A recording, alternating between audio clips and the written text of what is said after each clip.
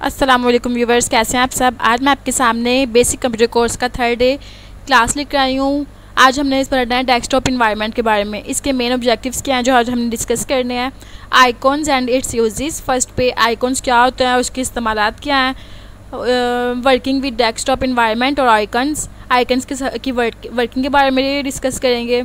Shortcuts of icon क्या होता है। Desktop window and application window क्या में डिफरेंस क्या है, ये क्या होता है। ये बेसिक डेस्कटॉप आइकन्स क्या होते हैं। एरिया ऑफ डेस्कटॉप क्या होता है। Changing the size of the window कि कैसे हम रीसाइज कर सकते हैं विंडो के साइज़ को। क्लोजिंग ऑफ एप्लीकेशन विंडो कि एप्लीकेशन विंडो को क्लोज कैसे करते हैं, या मैक्सिमाइज या मिनिमाइज कैसे कर सकते हैं। ये आज के हमारे मेन ऑब्जेक्टिव्स हैं। तो चलें स्टार्ट करते हैं। अब हम ये तो आप जानते ही है कि किसी भी चीज़ को क्लिक करने से वो सिलेक्ट हो जाता है, लेकिन अगर हमने दूसरे आइकॉन यानी कोई भी आइकॉन को उसकी जगह से हटा कर किसी और जगह पे ले जाना हो तो हम क्या करते हैं। सबसे पहले हम करेंगे उसको क्लिक करने से राइट क्लिक करने के बाद हमें राइट क्लिक करके रखना है और माउस को ड्रैग करना है। जहाँ ले जाना चाहिए स्क्रीन पे हम उसे ले जा सकते हैं, जैसा कि आप देख रहे हैं। अब हमने माउस को क्लिक किया राइट और हमने इसे छोड़ा नहीं बल्कि खींचना है। जहाँ पे हम ले जाना चाहें स्क्रीन पे उस आइकन को हम ले जा सकते हैं। अब आप ये एक आइकन देख सकते हैं कंप्यूटर। ये आइकन मोस्टली सिर्फ कंप्यूटर्स में ही होता है। जब हम इसे ओपन करेंगे तो हमारे पास आएगा कंप्यूटर। असल में कंप्यूटर का आइकॉन पूरे कंप्यूटर को यूज़ करने के काम आता है। डेस्कटॉप पे ही हमारे सामने एक आइकॉन है जिसके नीचे रिसाइकल बिन लिखा हुआ है। ये तो आप जानते ही हैं कि बिन का मतलब टोकरी है और रिसाइकल का मतलब किसी चीज़ को दोबारा से इस्तेमाल करना। यानी अगर कोई चीज़ ज़ाया हो चुकी है तो उस चीज़ को दोबारा से इस्तेमाल के लायक बना। जब हम किसी फाइल को डिलीट करते हैं तो वो पूछते हैं कि आप इसे डिलीट करना चाहते हैं, रिसाइकल बिन में डालना चाहते हैं, तो हम येस पे क्लिक करते हैं और ये वो डिलीट हो जाता है। अब यहाँ देखें रिसाइकल बिन में काफ़ी ज़्यादा कागज़ रद्दी नज़र आ रही है। जब हम इस पर क्लिक करेंगे तो हमारे पास रिसाइकल बिन का एड्रेस बार लिखा हुआ नज़र आ जाएगा। ये एड्रेस बार में रिसाइकल बिन लिखा हुआ नज़र आ रहा है आपको। अब जो हमने फ़ाइल डिलीट किया है वो आपको यहाँ पे शो हो जाएगी। देखें डिस्टेंस एजुकेशन जो हमने भी डिलीट किया है वो यहाँ पे शो हो रहा है। अब यहाँ पे इसका मतलब ये हुआ कि जो हमने डिलीट की थी फ़ाइल वो हमारे कंप्यूटर से गायब नहीं हुई बल्कि रिसाइकल बिन में आ गई है। इसी तरह जब अगर हम इसे अपने कंप्यूटर से डिलीट करना चाहें तो हम सबसे पहले एम्प्टी दार रिसाइकल बिन पे क्लिक करेंगे। क्लिक करने से क्या होगा कि वो पूछेंगे क्या आप इसे परमानेंट डिलीट करना चाहते हैं। अगर हमने इसे डिलीट करना है तो हम इसे येस पे क्लिक करेंगे। अगर नहीं करना तो फिर हम नो पे कर देंगे क्लिक। हम नो पे क्लिक करते हैं। अगर हम चाहें कि हम इस फाइल जो हमने डिलीट की थी दोबारा से वहीं पे चली जाए जहाँ से हमने डिलीट किया था, तो अब हम क्या करेंगे कि रिस्टोर दिस आइटम पे क्लिक करेंगे तो जो हमारी जो फ़ाइल है दोबारा से हमारे कंप्यूटर में सेव वहीं पे हो जाएगी जहाँ से हमने डिलीट की थी। जब हम रिस्टोर ऑल आइटम्स पे क्लिक करेंगे तो हमारे पास आएगा are you want to restore the item from the recycle bin. हम येस पे क्लिक करेंगे तो जितनी भी फाइल्स हैं जो हमारे पीसी में यहाँ पे गिवन रिसाइकल बिन में तमाम फाइल अपने अपनी पोजीशन पे चली जाएंगी जहाँ से वो डिलीट की गई थी। ये देखिए दोबारा से वो फाइल आ गई डिस्टेंस एजुकेशन वाली जो हमने डिलीट की थी डेस्कटॉप से। इसी तरह अगर हमारे पास एक फ़ाइल हो इनकम की और उसे हम दराज में रख दें और इसी तरह एक एक्सपेंसेस की फ़ाइल हो तो हम उसे दराज में रखेंगे, उसका नाम रख देंगे फाइनेंस। कंप्यूटर में जब हम फोल्डर खोलते हैं तो उसमें से अपने काम की फ़ाइल जो काफ़ी फाइल्स होती है उसमें से अपने काम की फ़ाइल निकालते हैं। इसी तरह जब हम दराज खोलते हैं तो उसमें से अपने काम की फ़ाइल देखते हैं, इस तरह दराज का नाम रखते हैं तो हमें ताकि आसानी हो जाए ढूंढने में। इस तरह कंप्यूटर में फ़ोल्डर का नेम रखते हैं और इस तरह से उसमें फ़ाइल्स अपनी तलाश करते हैं। हम पूरा किसी फ़ाइल तक पहुँचते तो पूरा पाथ इस्तेमाल करते हैं। विंडो एक्सप्लोरर को फ़ाइल एक्सप्लोरर भी कहा जाता है और ये पहले से ही हमारी विंडो में मौजूद होती है यूटिलिटी।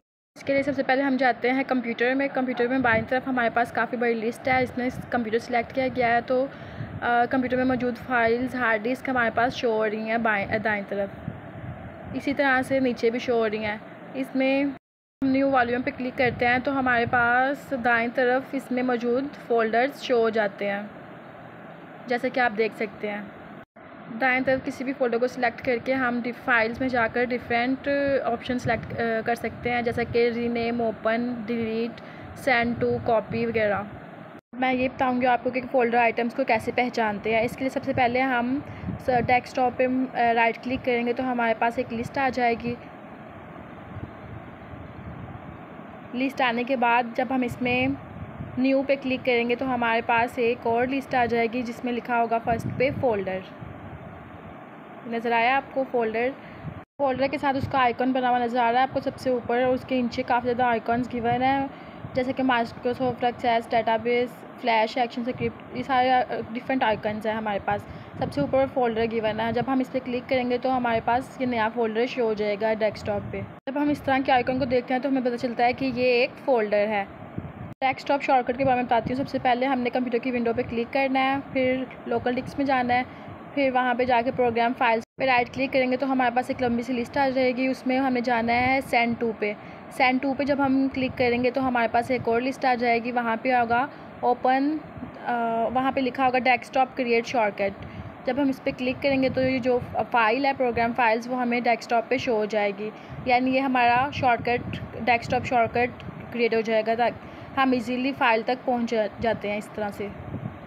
दरअसल कंप्यूटर फाइल में लोकल डिस्क के अंदर पड़ा हुआ शॉर्टकट है जो अब हमें डेस्कटॉप पे शो हो रहा है। हमें अब इतनी लंबी लिस्ट खोलने की ज़रूरत नहीं पड़ेगी, डायरेक्ट हम इस पर क्लिक करेंगे तो हमारे पास प्रोग्राम फाइल्स शो हो जाएंगे। इसी तरह हम इजीली किसी भी चीज़ का शॉर्टकट बना सकते हैं जो हमारे कंप्यूटर में पाई जाती है फाइल्स वगैरह, वो हम डेस्कटॉप पे इस सेंड टू के ज़रिए से ले जा सकते हैं। Resize and scale desktop window के लिए सबसे पहले हम जाएंगे कंप्यूटर आइकन में। इस तरह से जब हम माउस का राइट बटन क्लिक करेंगे और छोड़ना नहीं है, उसे कॉर्नर पे जाएंगे तो उसे हम इसका साइज़ छोटा या बड़ा कर सकते हैं ऊपर से, जैसे कि आपको एरो नज़र आ रहा है माउस का पॉइंटर। इस तरह नीचे हम चारों साइड्स पे हम इसे स्ट्रेच कर सकते हैं या अपनी तरफ छोटा या बड़ा, इस तरह से जैसा कि आपको स्क्रीन पे शो हो रहा है। अब वर्किंग विद विंडो के लिए सबसे पहले हम दोबारा से जाते हैं कंप्यूटर में। जब हम इसे ओपन करेंगे तो यहाँ पे आपको शो रहा है टाइटल बार। टाइटल बार के बारे में तो आप जान ही चुके हैं। टाइटल बार के बिल्कुल नीचे मेन्यू बार है। मेन्यू बार में file, edit, view, tools, help आपको शो हो रहा है। Tools, help. मेन्यू बार में क्लिक करने से एक ड्रॉप डाउन मेन्यू हमारे सामने शो हो जाता है। इसी तरह माउस को एडिट पे ले जाने से हम देख सकते हैं कि एडिट के नीचे भी एक ड्रॉप डाउन मेन्यू आ जाता है। मेन्यू बार के नीचे टूल्स बार है। अब इसमें काफ़ी ज़्यादा बटन बने हुए हैं। ये नीचे दिए गए बॉक्स में आइटम्स से मुतल्लिक होते हैं ये बटन्स। इसी तरह से ये कंप्यूटर पे जब हमने दाएं साइड पे क्लिक किया गया है तो इसके मेन्यू बार्स में डिफरेंट बटन्स हैं, जैसा कि ऑर्गेनाइज, सिस्टम प्रॉपर्टीज़, अनइंस्टॉल और change, program, map, network drive, open, control panel. इसी तरह से अगर हम डॉक्यूमेंट्स पे क्लिक करते हैं तो वहाँ पे डिफरेंट बटन मेन्यू बार में शो होते हैं। यहाँ से किसी और फोल्डर को जब हम क्लिक करते हैं तो हमारे पास कुछ और बटन्स मेन्यू बार में शो हो जाते हैं। ये इसलिए होता है कि इस फंक्शन में जब हम क्लिक करते हैं तो इसमें डिफरेंट ऑपरेशंस परफॉर्म होते हैं, तो जिस वजह से कुछ और बटन्स हमें मेन्यू बार में शो होते हैं। मिसाल के तौर पर जब हम इसे क्लिक करते हैं तो हमारे पास डिफरेंट ऑप्शन होते हैं। इसे हम ओपन भी कर सकते हैं, शेयर भी कर सकते हैं, ईमेल भी कर सकते हैं, और इसके अलावा इसकी जगह पे एक नया फ़ोल्डर भी बना सकते हैं। इसी तरह से आपको नज़र आ रहा है इसके नीचे सबसे नीचे विंडो में हमारे पास एक कंप्यूटर नज़र आ रहा है। इस बार को हम स्टेटस बार भी कहते हैं। अब हम डॉक्यूमेंट्स में जाते हैं। सबसे ऊपर डॉक्यूमेंट में जाने के बाद माई टेक्स्ट पे क्लिक करते हैं तो हमारे पास माई टेक्स्ट पे तो नीचे पे रिव्यू में हमारे पास शो होगा लिखा हुआ माइक्रोसॉफ्ट वर्ड डॉक्यूमेंट।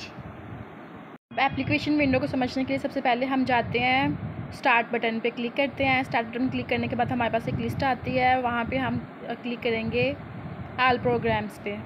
बस एक और लिस्ट आ जाती है। अब इस लिस्ट में से हम माइक्रोसॉफ्ट ऑफिस पे क्लिक करते हैं। माइक्रोसॉफ्ट ऑफिस पे क्लिक करने से हमारे पास एक लिस्ट आती है। नेक्स्ट माइक्रोसॉफ्ट वर्ड 2010 पे क्लिक कर रहे हैं तो हमारे पास ये विंडो आप देख सकते हैं कि इसके टाइटल बार में लिखा हुआ है माइक्रोसॉफ्ट वर्ड। यानी ये माइक्रोसॉफ्ट वर्ड की एप्लीकेशन है। माइक्रोसॉफ्ट वर्ड में किसी विंडोज़ से ज़्यादा मुख्तलिफ नहीं है, जैसा कि आप लोग देख सकते हैं। जैसा कि इसमें भी एक टाइटल बार है, जैसा जो कि हर एक डेस्कटॉप विंडो में होता है।